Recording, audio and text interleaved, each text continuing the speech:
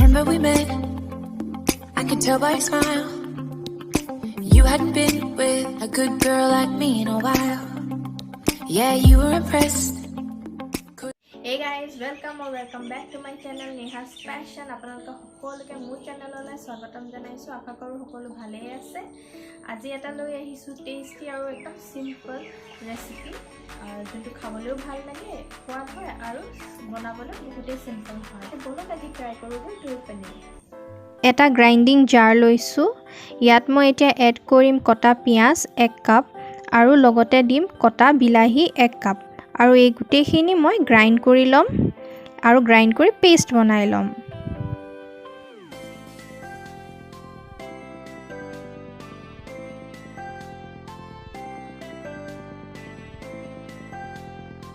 এতিয়া এখন কেৰাহী লৈছো। ইয়াত মই তেল দিছো কমেও 3 চামুচ আৰু তেল গৰম কৰি মই পনীৰ কেপিচ হালধি আৰু নিমখ দি ফ্ৰাই কৰি লৈছো আৰু গোল্ডেন কৰি লম ফ্ৰাই কৰি।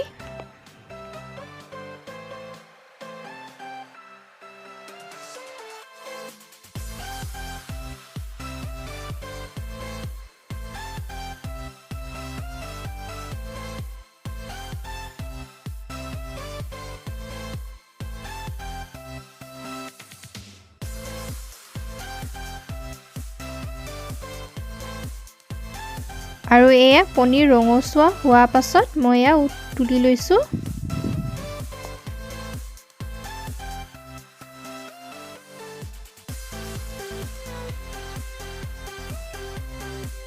আৰু পনীৰ ফ্ৰাই কৰাৰ পাছত এতিয়া মই একে হালধি আৰু নিমখ দি আলু ফ্ৰাই কৰি লম। আলুটো অপচনেল হয়, আপোনালোকে দিবও পাৰে নিদিবও পাৰে, কিন্তু দৈ পনীৰত আলু সোৱাদে লাগে।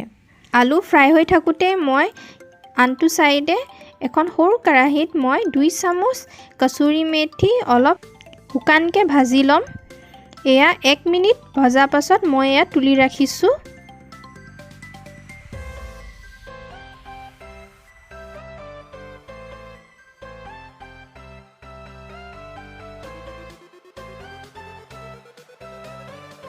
আৰু এইফালে মোৰ আলু ফ্ৰাই হোৱা পাছত মই একেখিনি তেলতে দিছো 1 চামুচ জিৰা, গোটা জিৰা আৰু 1 কাপ পিয়াজ।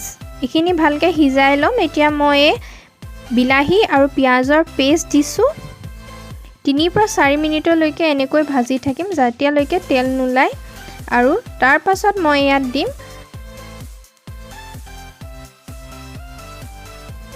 এতিয়া ইয়াত দিম 1 চামুচ হালধি, আধা চামুচ জলকীয়া গুড়ি পাউডাৰ, 1 চামুচ ধনিয়া পাউডাৰ আৰু আধা চামুচ জিৰা পাউডাৰ।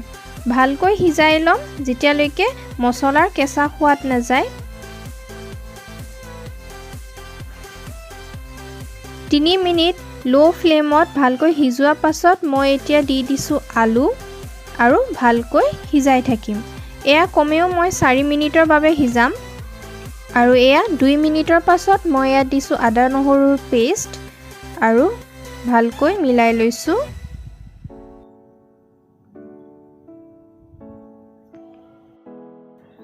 আৰু নেক্সট 2 মিনিটৰ পিছত মই ইয়াত দিছো সোৱাদ অনুসৰি নিমখ আৰু আধা চামুচ চেনি। আপোনালোকে চেনিটো দিবও পাৰে বা নিদিবও পাৰে, এয়া একদম অপচনেল হয়। আৰু এয়া মই আৰু 1 মিনিটৰ বাবে ভালকৈ হিজাই লম। 1 মিনিটৰ পাছত মই ইয়াত দি দিছো আধা কাপ দৈ আৰু এয়া মই আৰু 1 মিনিটৰ কাৰণে এনেকৈ ঢাকি হিজাই লম। আৰু 1 মিনিটৰ পাছত মই ইয়াত দিছো গৰম পানী যাতে সোনকালে হৈ যায়।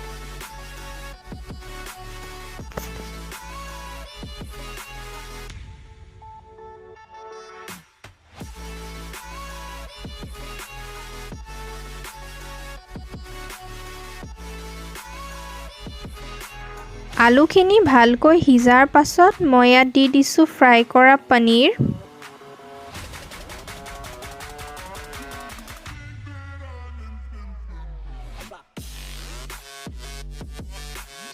আৰু পনীৰ দিয়া পাছত মই এনেকৈ 2 মিনিটৰ কাৰণে ঢাকি ভালকৈ হিজাই লম যাতে জুচেছবোৰ পনীৰৰ ভিতৰত যায়গৈ আৰু পনীৰ কোমল হয়।